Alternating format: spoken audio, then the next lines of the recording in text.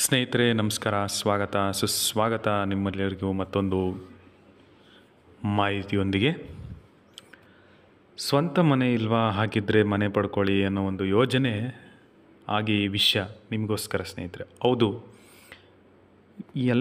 ಎಲ್ಲರಿಗೂ ಸ್ವಂತ ಮನೆ ಇರೋಲ್ಲ. ಹಾಗೆಯೇ ಸ್ವಂತ ಮನೆ ಕಟ್ಟಿಸ್ಬೇಕು ಅಂದರೆ ಅಷ್ಟು ಏನಂತೀವಿ ಎಬಿಲಿಟಿನೂ ಸಹ ಇರೋಲ್ಲ. ಯಾಕೆಂದರೆ ಫೈನಾನ್ಷಿಯಲಿ ಕಷ್ಟ ಇರುತ್ತೆ, ಆದರೆ ನಮ್ಮ ಇನ್ಕಮ್ ಕಡಿಮೆ ಇರುತ್ತೆ.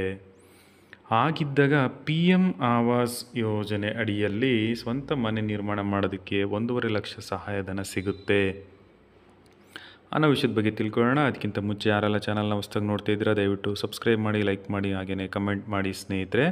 ವಿಷಯ ಇಷ್ಟ ಆದರೆ ಎಲ್ರಿಗೂ ಶೇರ್ ಮಾಡಿ, ನಿಮ್ಮಿಂದ ಬೇರೆಯವ್ರಿಗೂ ಸಹ ಸಹಾಯ ಆಗಲಿ ಅಂತ ನಾನು ಬಯಸ್ತೀನಿ.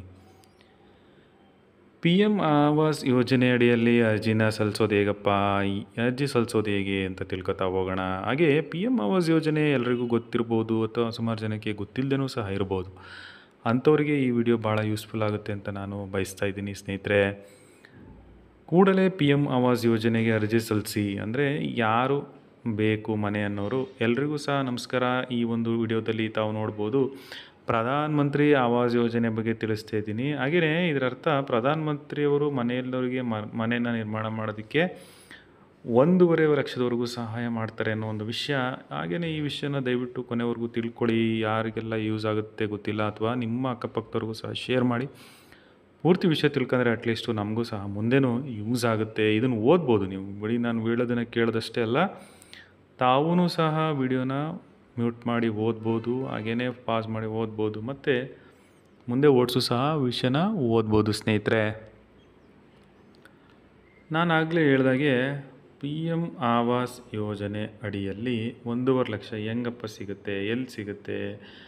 ಗ್ರಾಮೀಣ ಪ್ರದೇಶದಲ್ಲಿ ವಾಸ ಮಾಡುವಂಥ ವ್ಯಕ್ತಿಗಳಿಗೆ, ಸ್ವಂತ ಮನೆ ಇಲ್ಲದವರಿಗೆ ಮುಖ್ಯವಾಗಿ ಈ ಒಂದು ಯೋಜನೆ ಬಡವರಿಗೆ ಮತ್ತು ಸ್ವಂತ ಮನೆ ಹೊಂದಿಲ್ಲದೆ ಇರೋರಿಗೆ ಹೆಚ್ಚಿನಾಗಿ ಸದ್ಯಕ್ಕೆ ಹೇಳಬೇಕು ಅಂದರೆ ಗ್ರಾಮೀಣ ಪ್ರದೇಶದಲ್ಲಿ ವಾಸಿಸುವಂಥವರಿಗೆ ಈ ಒಂದು ಯೋಜನೆ ಅಟ್ ಪ್ರೆಸೆಂಟ್ ಯೂಸ್ಫುಲ್ ಆಗುತ್ತೆ, ಮತ್ತು ಅವರು ಅಪ್ಲೈ ಮಾಡ್ಬೋದು ಅಂತಲೇ ಹೇಳ್ಬೋದು. ಹೆಚ್ಚಾಗಿ 50,000 ಲಕ್ಷದವರೆಗೆ ಸಹಾಯಧನ ಸಿಗುತ್ತೆ. 1 ಲಕ್ಷದಿಂದ 1.5 ಲಕ್ಷದಷ್ಟು ಸಹಾಯಧನ ಸಿಗುತ್ತೆ. ಈ ಕಾರ್ಯಕ್ರಮದ ಅಡಿಯಲ್ಲಿ ನಾವು ರಾಜ್ಯದಿಂದಲೂ ಸಹ ಹೆಚ್ಚಿನ ಪ್ರಯೋಜನ ಪಡಿಬೋದು, ಮತ್ತು ಪಿ ಎಮ್ ಆವಾಸ್ ಯೋಜನೆ ಪ್ಲಸ್ ರಾಜ್ಯ ಸರ್ಕಾರದ ಯೋಜನೆಯೊಂದಿಗೂ ಸಹ ಹೆಚ್ಚಿನ ಹಣವನ್ನು ಸಹ ಪಡಿಬೋದು. ಮತ್ತು ಪಿ ಎಮ್ ಆವಾಸ್ ಯೋಜನೆ 2016ರಲ್ಲಿ ಇದನ್ನು ಶುರು ಮಾಡಿದರು. ಆದರೆ ಇದಕ್ಕಿಂತ ಮೊದಲು ಇಂದಿರಾ ಗಾಂಧಿ ಆವಾಸ್ ಯೋಜನೆ ಅಂತ ಹೆಸರಿತ್ತು. ಇಂದಿರಾ ಗಾಂಧಿ ಆವಾಸ್ ಯೋಜನೆ ಅಂತ ಇದ್ದಿದ್ದನ್ನೇ ಇವರು ಪಿ ಎಮ್ ಆವಾಸ್ ಯೋಜನೆ ಅಂತ ಮಾಡಿದ್ದಾರೆ. ಅಂದರೆ ಅವರವರು ಕಾಲಕ್ಕೆ ತಕ್ಕಂಗೆ ಯಾವ ಸರ್ಕಾರ ಬರ್ತಾರೆ ಅವರದೇ ಆದಂಥ ನಾಯಕರುಗಳದ್ದು ಚೇಂಜ್ ಮಾಡ್ಕೋತಾರೆ, ಇರಲಿ.